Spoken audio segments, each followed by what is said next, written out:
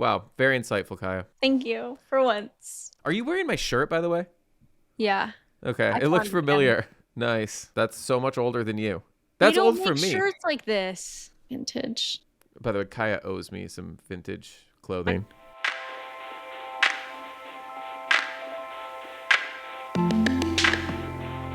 Welcome back to the Solo Moviegoers Club, the only podcast for people who see movies alone. I'm Sean. This is Kaya. And on this podcast, we see a movie in a theater by ourselves. I'm in Michigan. Kaya's in California.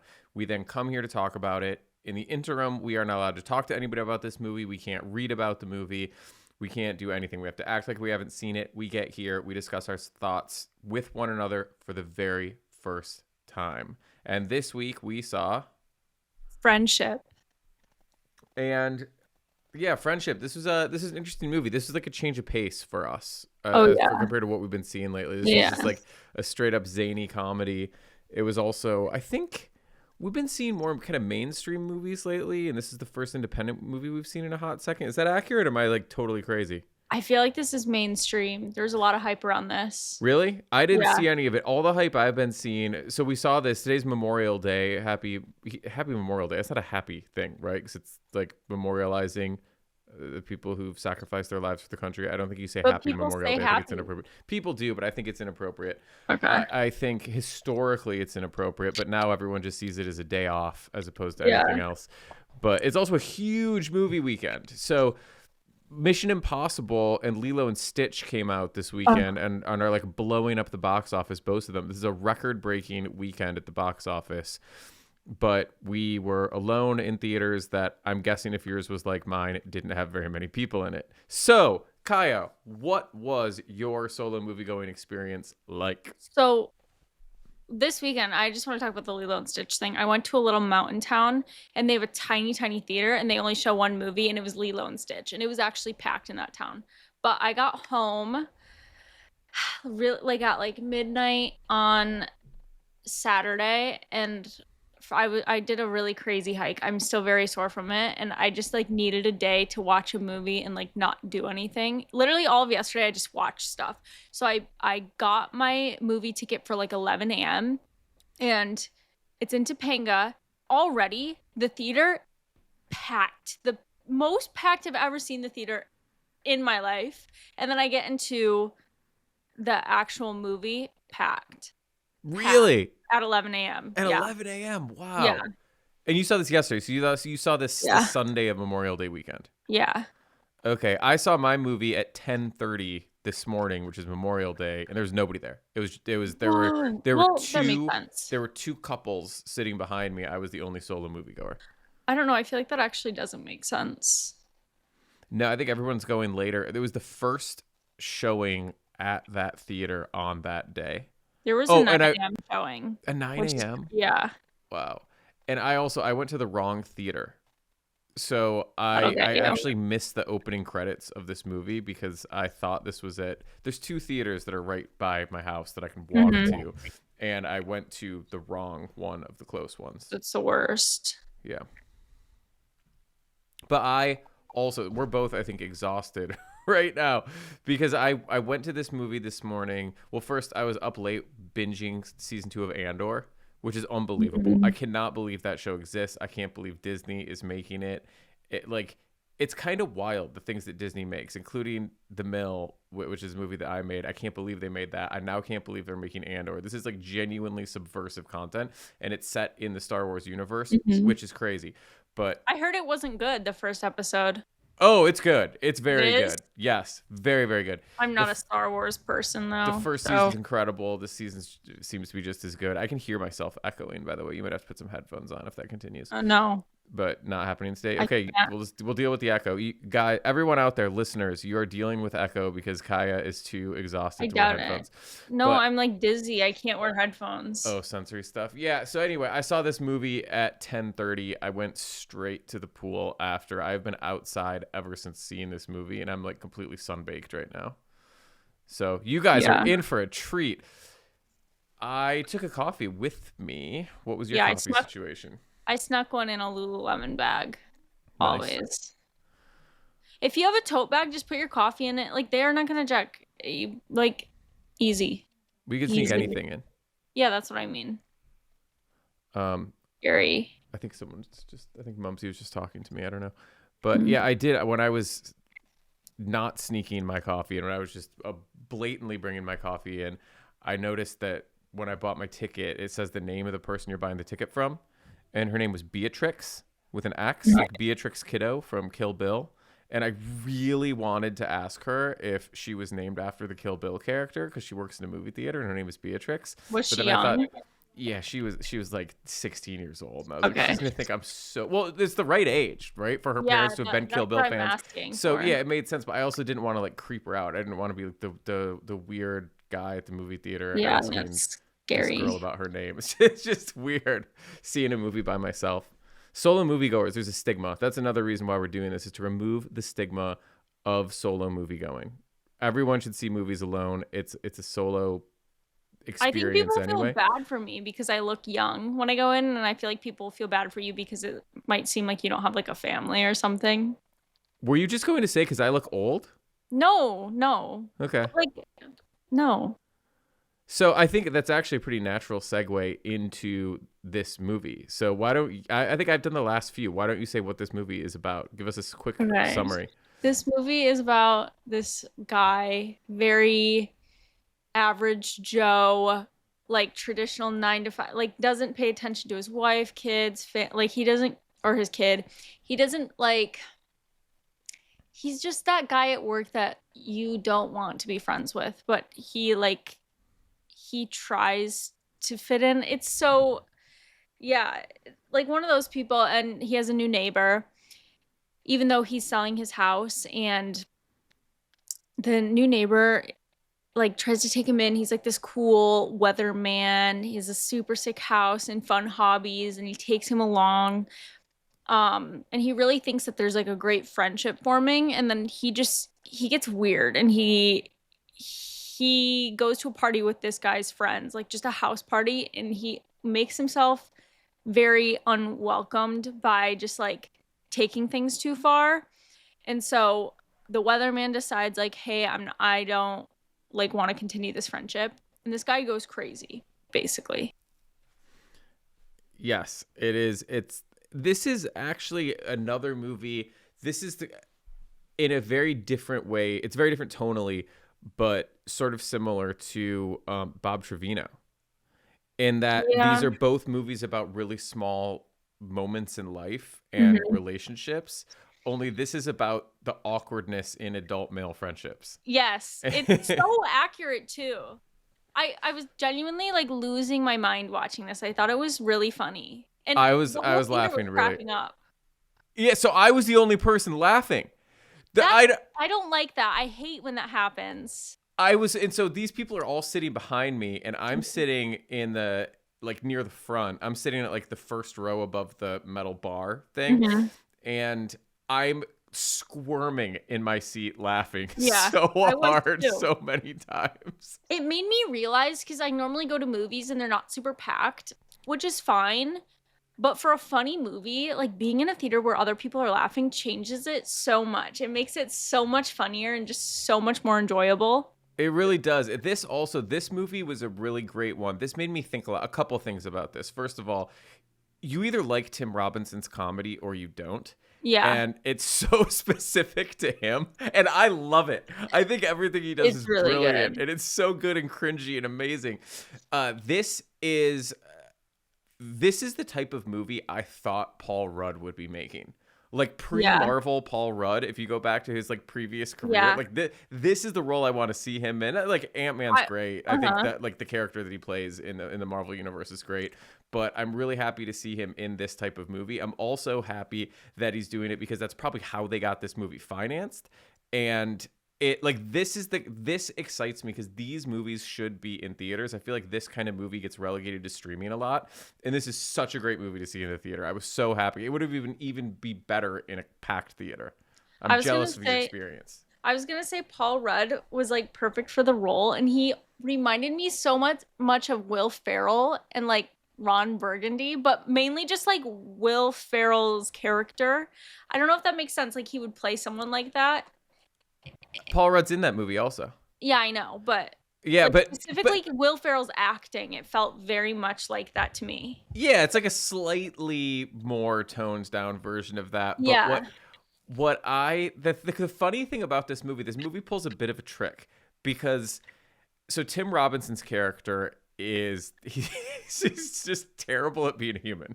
Like he is eventually a terrible human, but throughout most of the movie he's just awkward. Just really, really awkward. I feel like everyone knows a person like this though. Everyone like I can picture the person I'm thinking of when I watch this movie. And if you think of somebody when you think of Tim Robinson's character in this, it's just straight up mean. Like it's just mean. Paul Rudd's character is not cool in this movie. No. He's not cool at all. And Tim Robinson's character is like so uncool that he thinks this other guy is cool and he becomes completely obsessed with him, man. Like his rock band, like everything about Paul Rudd's character is not cool at all. It's so not cool. It's like a guy who read a book on being cool and decided to do all the things in the book on being cool. But he, for some reason, it's actually a weird movie. When the movie starts, I thought it was going to be like the ultra dork version of Fight Club. Okay. Because they sort of invite him into this weird bro community of, and like no one's cool. Yeah, no. They're like, oh my God. So I did see part of the trailer and it looked like it wouldn't go this direction at all. But there were other parts too where like the main guy is no longer friends with Paul Rudd's character. I keep forgetting their names, even though I literally just saw it. And he decides to hang out with his like real coworkers at work and like go smoke with them and invite them over. And they're like actual dorks. Like they're talking about Marvel movies and just like they're the people that you don't want to be friends with. And he's just like trying so hard to fit in and he just doesn't. And the frustrating thing about it is that so this guy wants to hang out with all these people who hate him. Meanwhile, he's got this wife at home who seems pretty cool and his kid who seems cool. Like his wife and kids seem kind of great. Yeah, they do. And then he's just ignoring them. He's good to them for one day. Literally. It's interesting. So because he hangs out with these other dudes, he's feeling good about himself, and him feeling good about himself makes him like do things and like want to engage with his family, but even that he doesn't do in the perfect way. So Paul Rudd's character in this one night, very like Tyler Durden Fight Club style, takes Tim Robinson's character to do some things. They like go mushroom hunting, they sneak into some sort of aqueduct that leads them to the city hall. They do all this stuff. It's like the slightly lame version of what Tyler Durden does with like the non-criminal version of what Tyler Durden does with Edward Norton's character in Fight Club. And then the next day, Tim Robinson's character like wakes up early, makes breakfast for his family. He's grilling up these mushrooms. He's like paying attention to his wife. He's doing all these things. And just as quickly as it starts, it all falls apart because he goes to this party with these guys. And as Kai said, he just takes everything too far. And so they kick him out of the group. They banish him from their group of dudes. And actually, I have to go back to something that happened earlier. So the reason that they end up hanging out in the first place is because Tim Robinson receives a package for Paul Rudd. He's the new guy in the neighborhood. His wife talks him into going over there and taking the package there. And so he goes there and ends up going in and they end up talking. And the beginning conversation is the greatest thing ever because they're talking like Tim Robinson's talking about how he like stuck it to the mayor's office, called the city a bunch of times to get speed bumps put in because people were driving too fast down their street.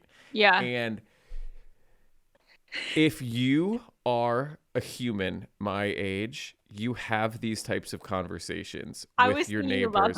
Oh my God. And because I've overheard them with you and mommy, like talking to neighbors. And I want to die when I'm having those conversations. Really bad. It's so bad. And then when he invites him back over, he's like asking him what he does for a living. And like clearly, like he doesn't care. He's so bored, Paul Rudd's character. And like the way that the guy is talking about his job is the way that like people who have nothing in common talk to each other. Like parents at schools. Like it's so bad. It's so accurate. And so I do a thing, they're talking about just the worst things. It's like the equivalent of talking to people about doing your taxes. Yes. And whenever I find myself in those conversations now, and my wife gets really mad at me for this, I intentionally throw psychological hand grenades into those conversations where I will just say something nuts to see how the person reacts or to change the topic so that we can talk about anything other than what like paint drying boring discussion that it is that we're having. Yeah. And this movie actually made me wonder something. Like I started to wonder if that's normal human behavior to talk about these like banal things, and am I the Tim Robinson in these situations? Like am I the awkward inappropriate one? Because it's totally possible. I don't know. It's better than talking about the boring, like mundane. It's worse than talking about the weather. I'd rather talk about the weather with someone. Yeah, I actually don't mind Instead. talking about the weather because it's relevant. Yeah, true. The weather is always relevant. And the weather was actually a better thing to talk about before we all had apps that tell us what the weather is, even though they're still horribly inaccurate. Well, you can't talk about the weather in Southern California. No. It's just sunny. And Yeah, nice, true. varying degrees of heat. Yeah. I feel like for you, people just might not get your sense of humor. So like it depends on how it comes across. But honestly, it's better than those conversations. Oh, what did I do the other day? Mumsy got really mad at me because we were talking to some people we'd never met before. Or no, we'd met them, but it was like one of our youngest kids, one of our youngest kids' friends' parents. We were like at the park with them, and I pulled up with this fact that I thought was really interesting, which is that the phrase "Where are you?" didn't really get used by humans until like 30 years ago. And it's gotten used more frequently just in the past 15 years because of the use of cell phones. Until there were cell phones, people didn't have to say, "Where are you?" Because if you were talking to somebody, you knew where they were. They were right in front of you. So this is like a relatively new statement. Like you wouldn't even write "Where are you?" to somebody because you would have written a letter and sent it to them. And then you would know where they were when they were reading it. So this was not something that people said. And so I just pulled up into this conversation and dropped that knowledge bomb on these people. And I got the look of like, "What are you talking about? Get out of here. Leave From these them? poor people alone." No, from from Mommy. Mumsy. Yeah. It's so hard to interact with other humans, like adults, once you're an adult. I don't know why. It's the weirdest thing ever. I mean, you're an adult now.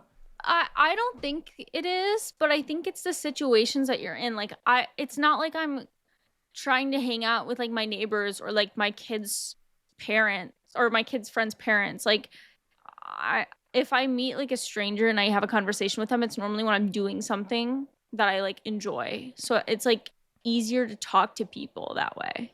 Me too. So most of my interactions with other adults are work related, and I'm like, and it's mostly people. I have something to talk to them about, and also I feel like film people are down to get weird.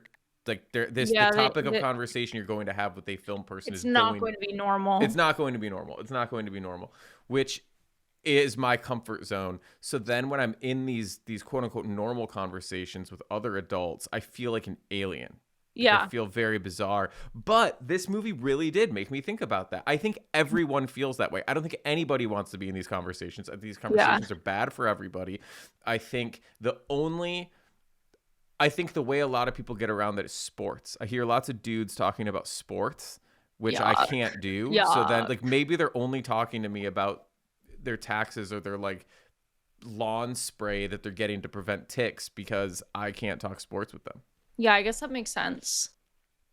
But this dude, what's great about this movie and the way that it treats all of this and the way it treats all these like the banality of adult male friendship life is how far it takes Tim Robinson's awkwardness into dangerous territory. Yeah. like pretty quickly. Yeah. When he like loses the friendship and he's just like everything's going downhill with his wife again, with work. and he's trying to like do the same stuff that Paul Rudd's character did, but with his son, and it just it's so bad. He And eats also mushrooms and gets poisoned. it's like also his encounters with like the phone.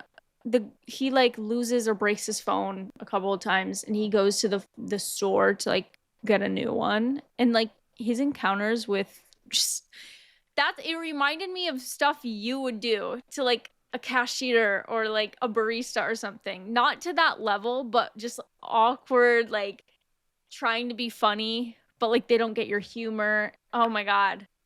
Yeah. I would never have invited a like Yeah.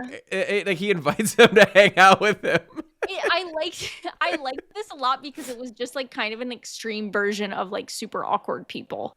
Uh-huh. Yeah. Yeah. It was.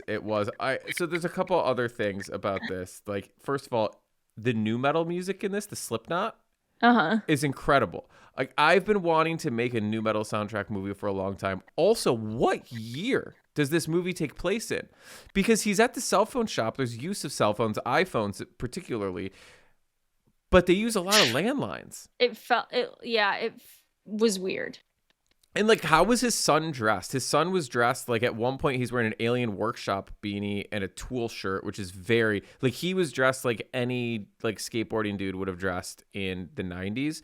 Is People that dress like that now. I know, that's why I couldn't figure it out. Was he dressed cool, by the way? I was wondering that. The sun was in some Yeah. parts, yeah. Like he had like ripped sweaters and stuff. Did you notice anything But about the way Tim Robinson was dressed?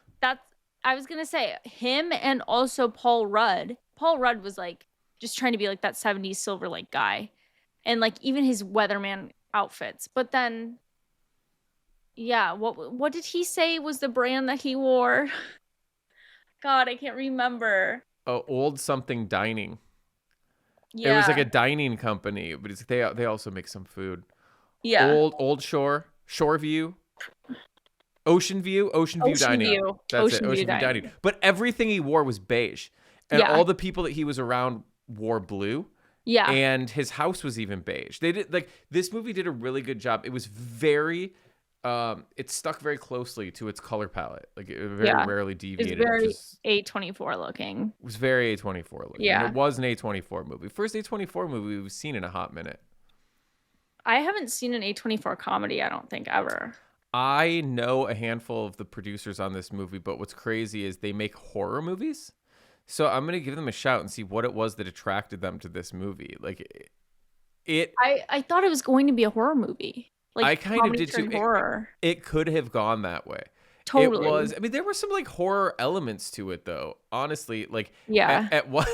So, Tim Robinson tries to take his wife and do the things with her that Paul Rudd had done with him, but he does it all really poorly, and she ends up getting lost in the aqueduct system and like disappearing for a couple of days. He doesn't handle that very well, but she comes back and they end up splitting up. She leaves him, and then he like starts to improve his life, and it's actually the movie's taking an interesting turn because she had always mentioned she has a flower business, and she had mentioned that it was hard for her to drive around with those flowers in the car.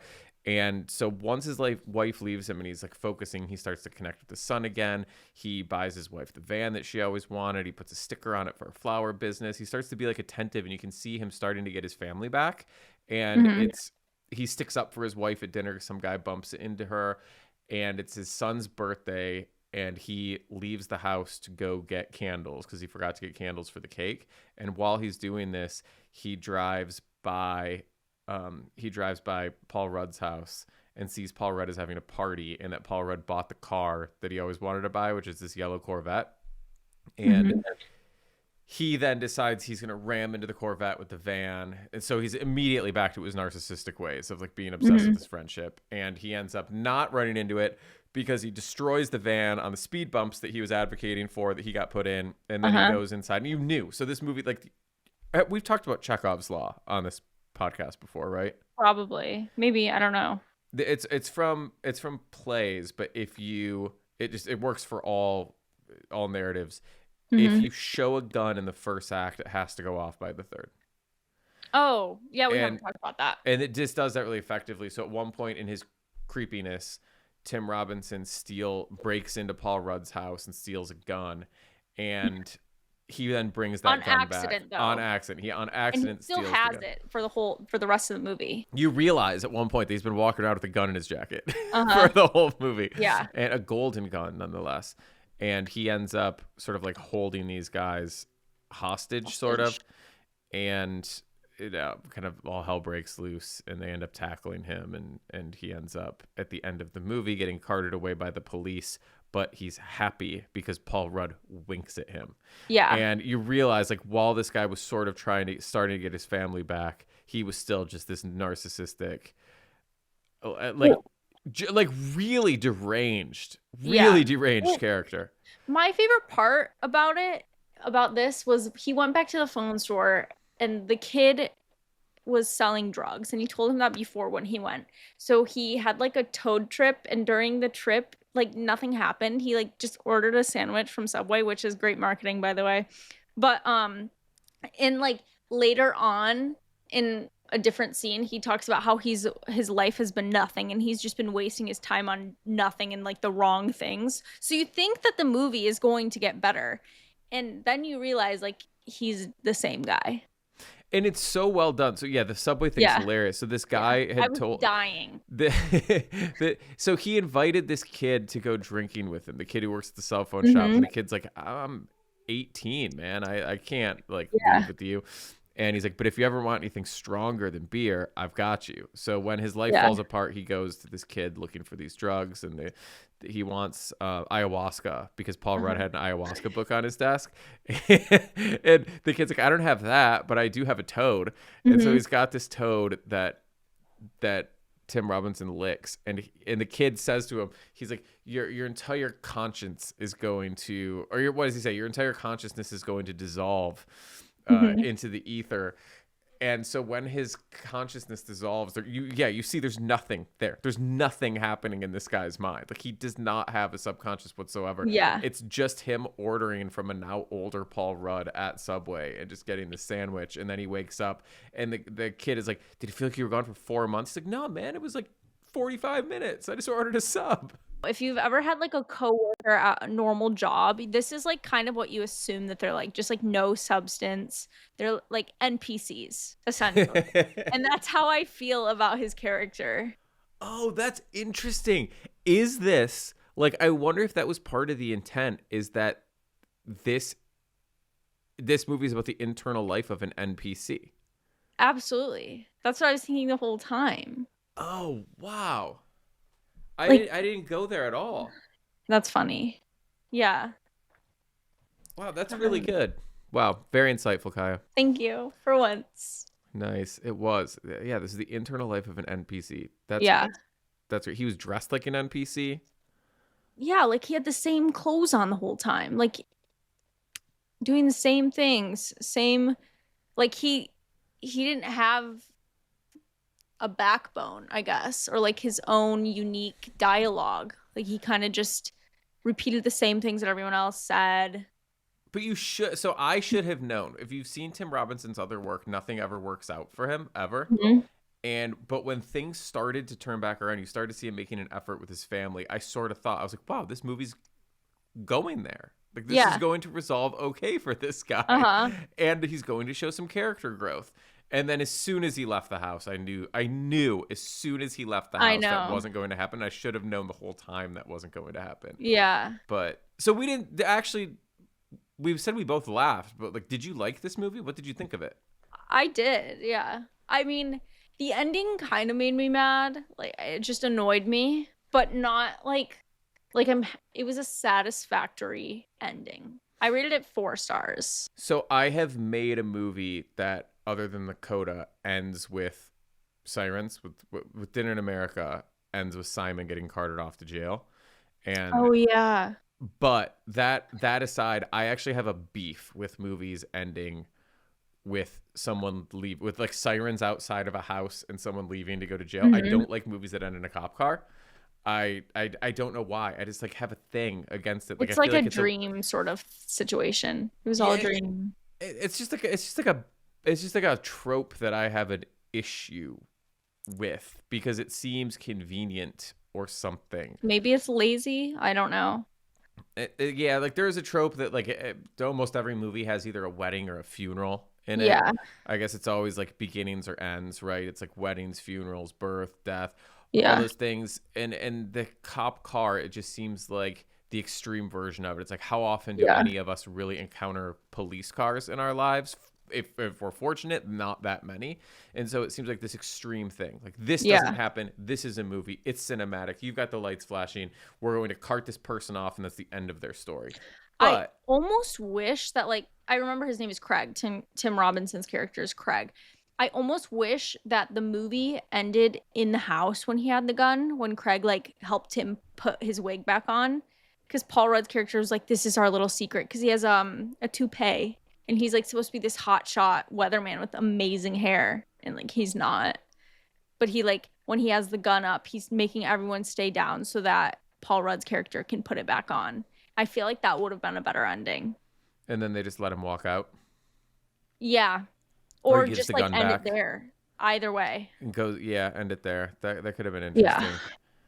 Yeah, he didn't need to get carted off to jail, or he could have walked back to his family, like whatever. And like a I lot of just different things could have happened. The cop car thing didn't add anything to it. But what I did love about this movie, it was a character study of a person who has no character, which I don't Mhm. really think I've seen before. Yeah. I don't think so. So I dug that a Yeah. lot. It was good. I laughed so hard. I I was laughed a laughing so lot. much. I laughed a lot. I needed it. Yeah, I did too. We haven't seen a comedy in a minute. There hasn't been a proper comedy in theaters, I feel like, because that's like Yeah, my go-to. it's a problem. Actually, the lack of comedies right now is a real problem. It's a bummer.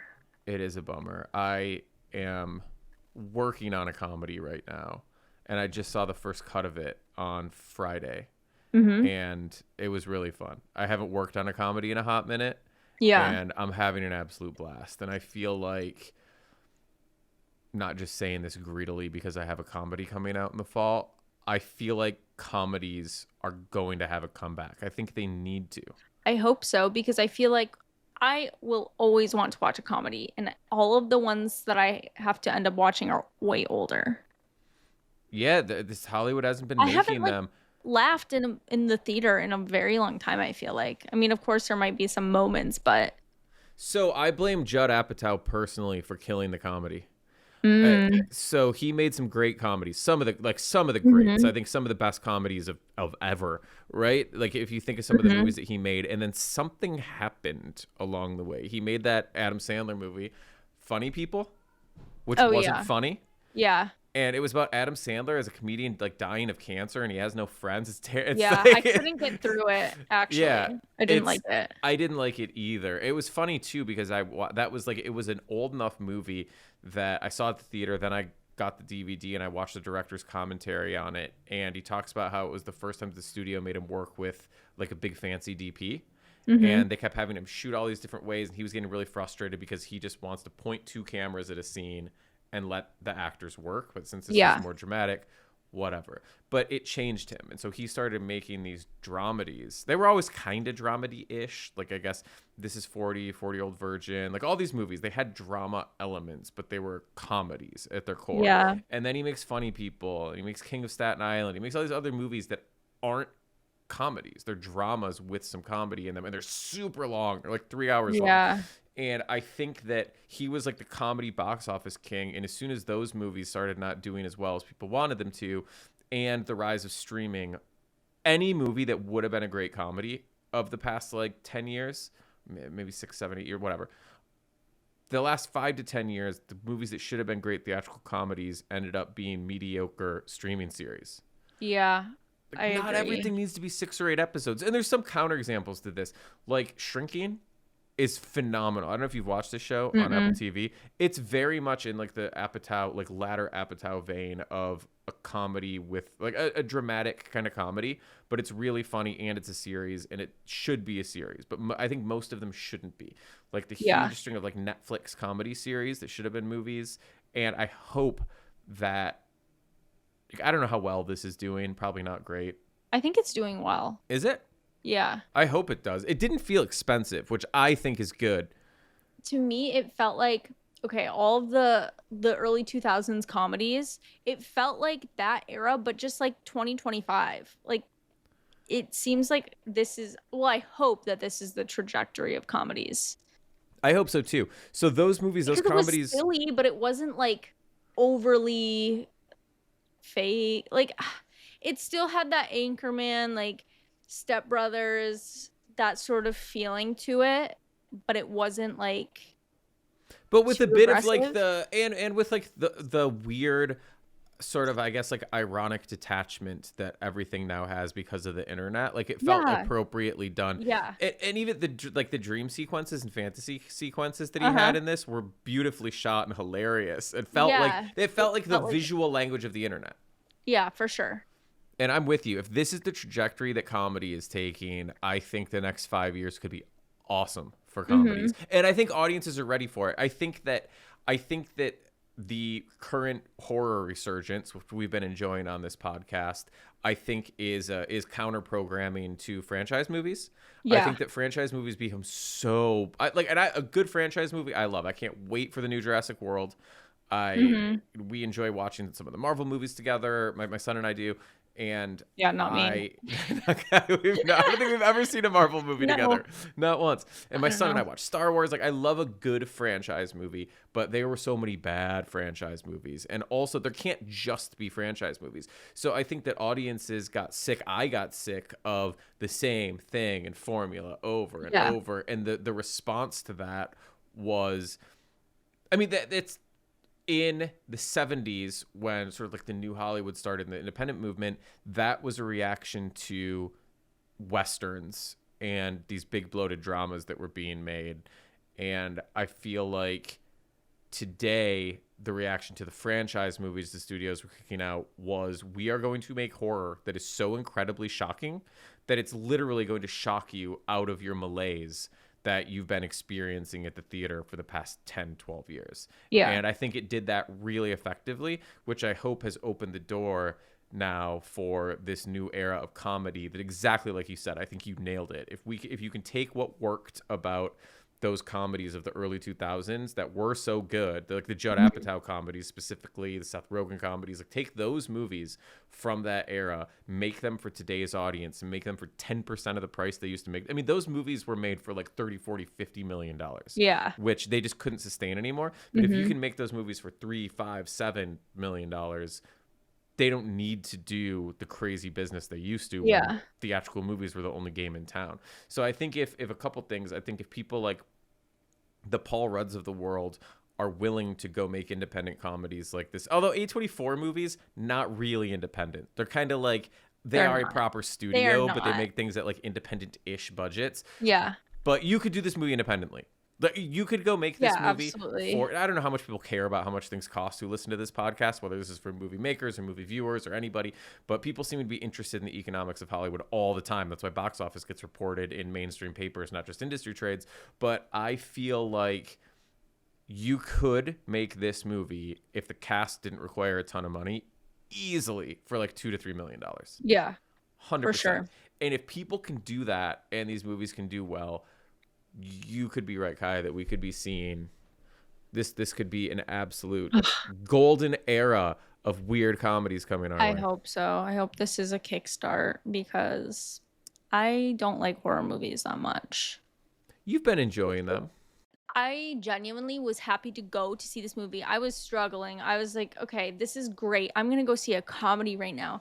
But when, like, my mindset going into a horror movie is like, I don't want to see this. I don't want to go to the theater right now. I can't handle this. And it's not because they're scary. It's just because it doesn't, like, scratch an itch for me. Did you Literally. was that an actual itch that you were scratching? Yeah. What just happened? I actually was scratching an itch. Because your mind was going to itch? No. I think I said it because I was thinking that I was itchy. Okay. But yeah. That was interesting. I know. Yeah, I'm going to think about that. Okay. Yeah, I love seeing horror movies. I'll watch horror movies any day, anytime. But I'm worried audiences are about to get sick of them. It's been like a very long period of time of mainly horror in the theater. Like, what has this been, like 2 years? It's been 2 solid years of nothing in the theater other than Spooky. horror franchise movies and the occasional like Academy Award movie like Anora. Yeah, for sure.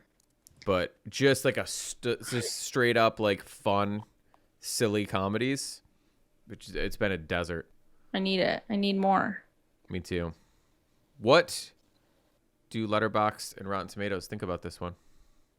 I actually did look yesterday. You did? I just looked at the rating. I didn't look at any reviews. Oh yeah, that was the other thing that I said for the review. Like, this is like divorced dad core to the max. Like, it's giving Linkin Park music. It's giving Creed, like all of that. It's Slipknot though. I think even though they use Slipknot twice, I still think that I can score a movie or soundtrack a movie with new metal. I don't think they ate the new metal. No, it wasn't a huge part of it, but it was just like divorced dad core. So this actually has a good Rotten Tomatoes score, 89%. Whoa, this one, it was 4.2 yesterday, and now it's 3.7. Whoa. Yeah. Okay. So what do we have here? Justin Chang, top critic from the New Yorker, says it suggests not just a subversion, but a putrefaction of the ruddy comedy genre. A portrait of male loneliness so totalizing and so scarily close to the bone that laughs and screams all but bleed together. I'm so weirded out. I just saw someone rate it. Same rating as me, 4 stars. This movie will be the Step Brothers and Anchorman for a new generation of teens to hyperfixate on. That's literally what I said. I didn't look at the reviews like that. That's wild. Really? You think this is Anchorman level quote worthy? Not quote worthy, but I think it's the same level of it's like it reminded me of Anchorman and Step Brothers. I don't know why. I see that. I mean, I definitely see that. It's the more subtle. I guess comedy is more subtle. Yes. The internet has made things more subtle. It's the 2025 version of those movies. Yes. I genuinely don't think that there will be a movie that comes out now that will be quotable. Like, even in you don't think that's a thing? But like the internet, TikTok is built for movie quotes. But it's not like long standing. It's like it's going to be forgettable because of that, I think. Like, we have so many different platforms to see like edits of movies on, and so they will cycle through quotes and movies so quickly. But like, I mean, those like, movie quotes were basically memes. Yes, that's what I mean. It's different now. Like Clueless, like As If, like we're never going to have something like that. Or like the Ferris Bueller quote, life moves pretty fast. Like, they're not, the next generation's not going to have that because they're going to forget because there are so many memes of movies.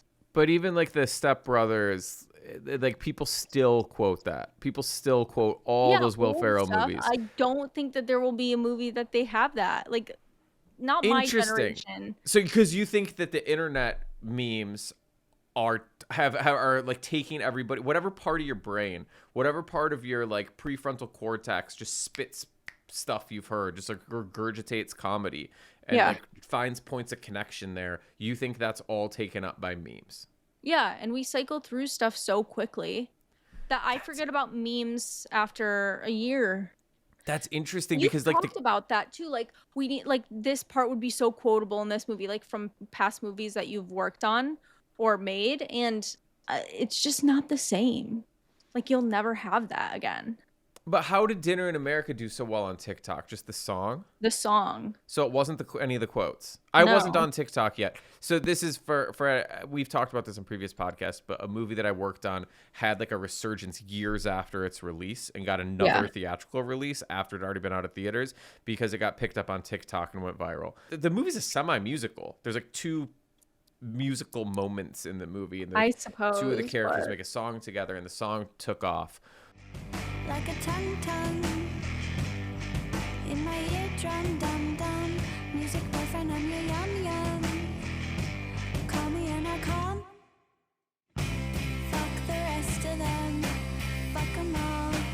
fuck 'em all but us. The movie also has, I think, It has good great quotes in it. but no one really talks about those quotes, just like Our Family. Right. Do you think I'm weird? Oh, yeah, no, you're fucking weird. Well, is weird cool? In your case, no. Those tits. Take it down a notch, Kev. That's interesting because, yeah, like amongst our family and my friends, there's definitely quotes from stuff I've worked on and from other movies. But you're right. The rise of the internet meme almost perfectly coincides with the end of the era of movie quotes being the thing. Like, there were groups of friends that would just quote, oh, God, what's the Vince Vaughn, Owen Wilson movie? Oh, Wedding Crashers? Yeah. Yeah, there were groups of friends that you would like see these guys in the streets just quoting Wedding Crashers back and forth through each Yeah. other. They were almost always like Uh-huh. dirtbags, but it didn't matter. Yeah. It's still like that in like old school. That whole era, the like Yeah. Will Ferrell, Vince Vaughn comedy era, spawned so many shareable quotes. And you're right that there's like a 5-year overlap, and then the movie quote as social fabric just died. Wow. Like it's so weird because like I'll remember quotes from movies like, I don't know, like one was super bad or like those types of like that. Those are all was that early mid 2010s? 2000s. Those are Yeah, mid and then- 2000s. That's like Superbad's like 2006, 2007. I can't quote any of my favorite movies after that at all. Oh my God! At Wow, all. you have discovered something. I want to look deeper into this. This warrants a think piece. We should pitch the New Yorker on this, or the Atlantic, or some Substacker who probably has a bigger following now at this point than both. Yeah. Or we could do a TikTok about it. But yeah, that's really, really interesting. I'm trying to think. I don't think our brains can handle that. Our brains can't, because like that. I think you're right. There is. I need to talk to. I'll talk to I've got a friend who's like a psychiatrist, psychologist, and neuroscientist, and he's the dude to ask about this. Will you ask? Yes. Okay. What part of our brain is it that remembers a movie quote or remembers a meme? Because you're right. Like, all we can remember is one or the other. Yeah. And like, I still remember. So Kaya's in her Al Pacino era right now. She's watching. You just watched Dog Day Afternoon, right? And like, I still like, if I said to one of my friends, Attica, they'd know exactly what I'm talking about.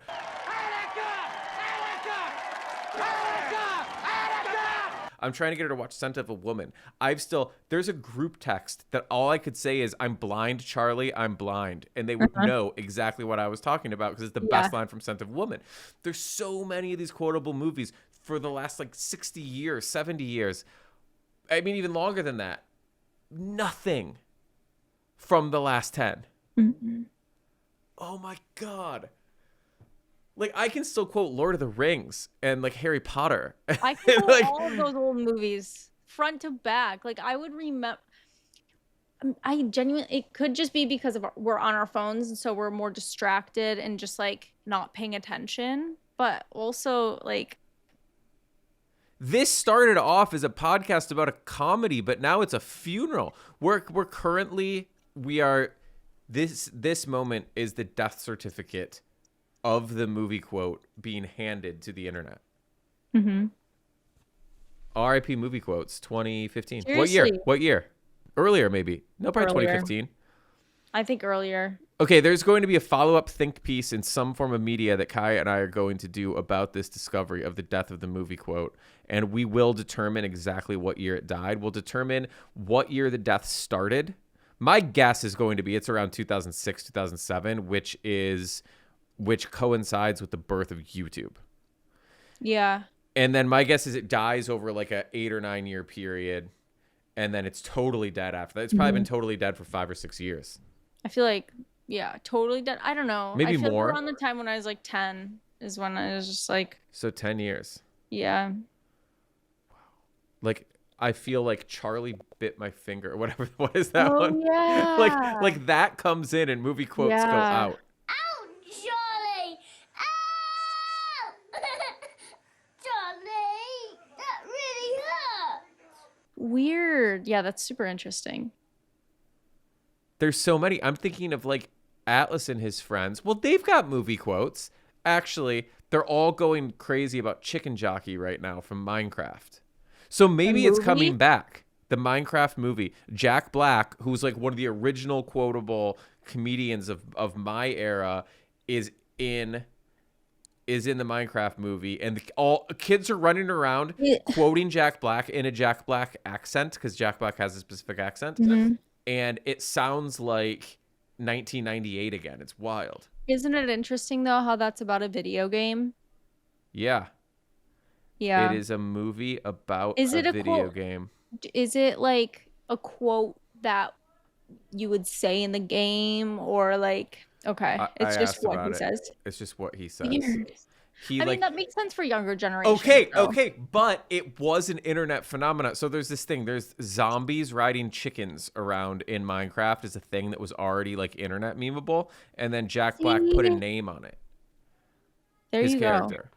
There you And go. and guess who directed the Minecraft movie? Who? Jared Hess, who directed Napoleon Dynamite, Whoa, which is insanely quotable. that's wild. Has he done anything since Napoleon Dynamite? Yeah, he did Nacho Libre. He did a couple yeah. others. He never. Oh, I was thinking Mike White. Mike White wrote that, right? Nacho Libre. I'm pretty sure. Mike he White did. might have written it. It's possible. I don't Yeah. know.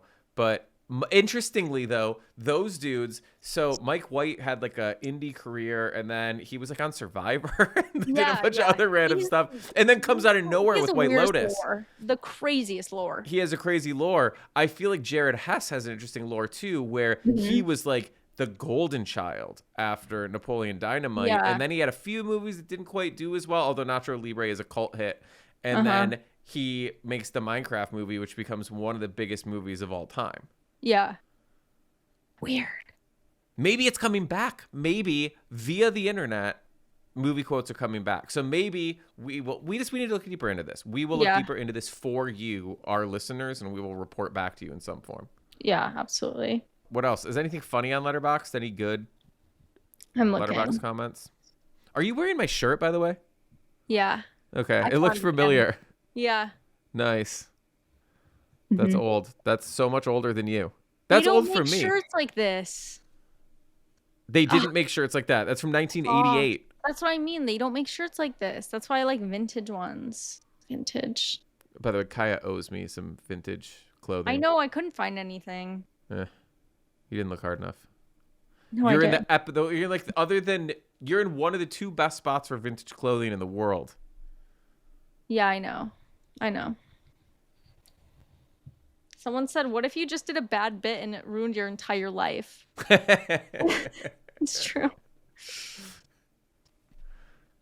Someone said, like at the part where he's like, "Ask me questions." That's what podcast hosts do when they don't have anything to talk about. Wow. A lot of people, I saw this yesterday. Some people online were talking about like the experience in the men's bathroom after this movie got out, and just like guys being guys. Yeah. So I know there's a lot of discussion on the internet about male friendship. I went to male interaction because I don't like I have friends. I do have friends. I don't you try do. I don't try to make new friends. Exactly. Like if it happens organically, fine, but like I would never ever go out of my way to try to become friends with somebody. Why Yeah. would I do that?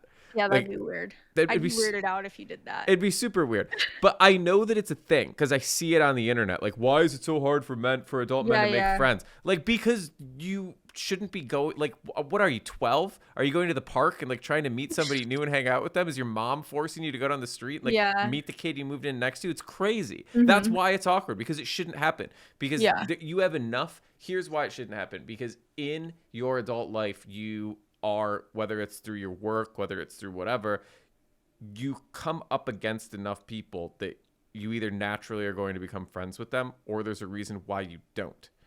So this doesn't happen. So I don't get why so many people are writing think pieces about this, or why there has to be an entire movie. I mean, I think I'm glad. I think Tim Robinson made the movie to make fun of the fact that you don't need to as an adult man. Like that to me was the takeaway from this movie, is that once the friendship dissolves and he gets over it and he starts to re-engage with his family and everything starts to go great, it was like, all right, these dudes need to stop going and trying to go be friends with all these people because it's dumb. And This movie, this is so funny. I was just thinking about it. Have you heard of the like recession indicator meme? yes. This whole movie felt that way. Did it not? I don't totally get it. I haven't looked deep enough into the recession indicator meme.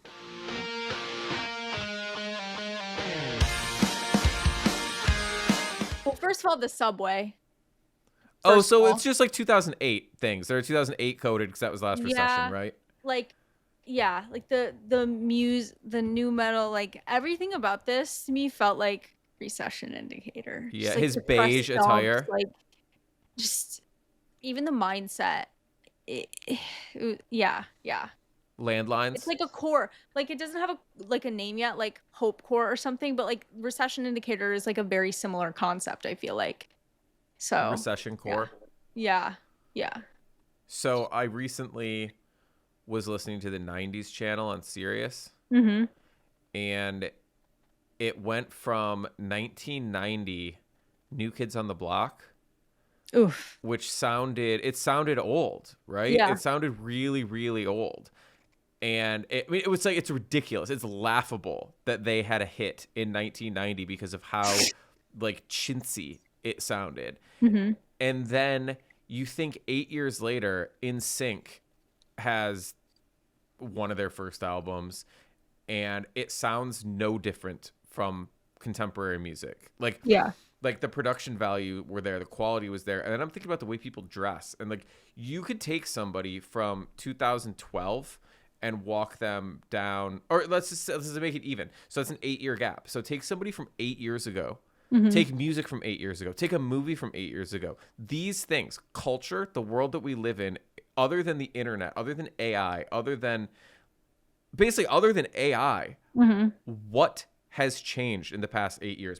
From 1990 to 2000, everything changed. Previously, things used to change dramatically across decades. Like, you can think of it. Think of like the 50s, the 60s, 60s, the 70s, 70s, the 80s. There's such dramatic changes. It's around the same time that movie quotes became internet quotes. Everything stops changing because everything changes now in the internet. The internet changes, nothing else does. Yeah. Cars are the same. Some are electric now, but like generally speaking, the technology in like a internal combustion car is like the same as it was then. Everything's the same. Computers. It feels like a plateau because there are significant differences between like the 2010s versus the 2020s, but like it's not enough for me to like tell you right now. The internet is different. Things on the computer are different. The apps are different. The way you engage with social media is different. The way the apps work, the way that what a computer you can do inside a computer is different. The physical world hasn't changed at all. It just doesn't really change wild. anymore. We have plateaued. The machines are now progressing. We aren't. It's the end of human civilization. Thank you. It's been nice being here. Good night. Good night. Good riddance. Hope you've had the time of your life. All right.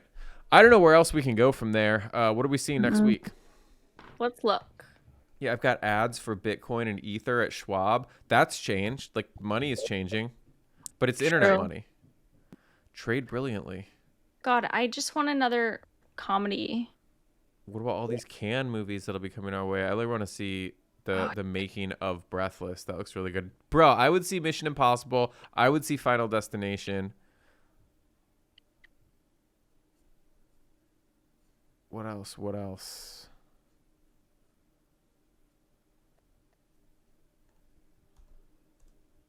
You really don't want to see Mission Impossible, do you? I text you about it and you didn't text me back. Yeah, because I don't want to have to watch the other one. You don't have to. That could be the experiment. I'll refresh and you don't. I'm going to be so dumb. Okay. What do we have? June 27th, F1. Ooh, I know you're 3 excited hours. about that. That's 3 hours. Mission That's Impossible? insane. That's not. Ooh, Life of Chuck. Is that coming out? I don't know. No. Oh, Bring Why Her are we Back. doing But this? Bring Her Back looks good. Oh, those dudes, by the way, they're YouTube guys who made. Bring her back. Yeah, they made a horror movie, and then they made another one. So we're talking about YouTubers who've made it on films. Those are the guys. What is the Phoenician scheme? Oh, that's the new Wes Anderson. That's what I thought. Okay, it looked like it. I would totally see that. That looks not good. I don't like Wes Anderson. I don't. I think it's too pretty. I loved Wes Anderson in the early 2000s. I then thought he was starting to become a parody of himself. And then I started liking him again when he made The French Dispatch, which I think was his first one with Chalamet. And Didn't that come out during COVID? Yeah. That must be why everyone liked it. I guess we could watch Mission Impossible, but I don't want to. Well, we don't have to. Sometimes you have to do things you don't want to do. I don't know what else there is. There's nothing else out. It could be good for me. Mission Impossible? I'll feel like I'm at Universal Studios taking a tour, like that type of movie vibe. Yeah, I'm excited to see it. I think it looks great. Everyone says it's great. I mean, I've seen online like all of the clips, the behind the scenes, and how amazing it is. I wish I could do that all. I wish I could do all my own stunts like that, but Tom Cruise, the last movie star. I'm gonna have to watch the other ones. I feel like You're gonna watch all 7 movies this week. 7? This is the 8th one. Then no way. Okay, whatever. I mean, you know the plot, right? No, I know nothing about this movie. Okay, he's like he's a doing spy. an impossible mission. He's doing an impossible I think mission. There's I'll lots of enjoy action. it. I just don't want to be confused. I think they make these movies so like eye candy popcorn movie that it's impossible to be confused. Okay. Tom Cruise is doing cool stuff while he tries to save the world. Oh, I'm so jealous of him. His stunts were so cool. What's stopping you? You can do that? I don't know.